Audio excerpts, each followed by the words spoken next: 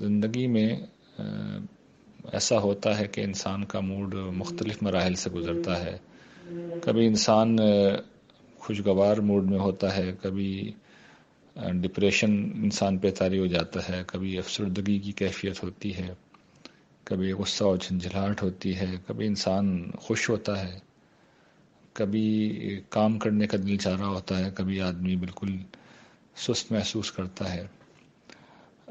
انسان کو میں سمجھتا ہوں کہ اپنے شرف کو سمجھنا چاہیے، اور انسان کا شرف یہ ہے کہ انسان اپنے موڈ پہ غالب آ سکتا ہے، اور یہی انسان کی وہ خصوصیت ہے جو انسان کو پوری دنیا پہ غالب کر دیتی ہے. اس لیے کہ بہت کم لوگ ہوتے ہیں جو اپنے موڈ پر غالب رہ سکیں.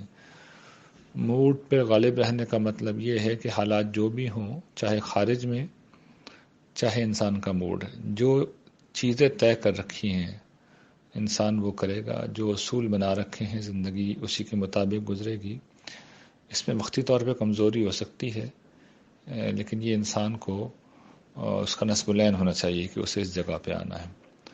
تو اس چیز کا آپ خیال رکھیے.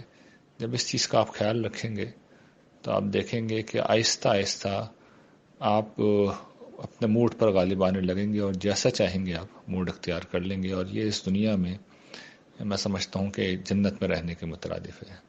اللہ آپ لوگوں کو خوش رکھے، اپنے فضل سے نوازے. جزاکم اللہ خیرا.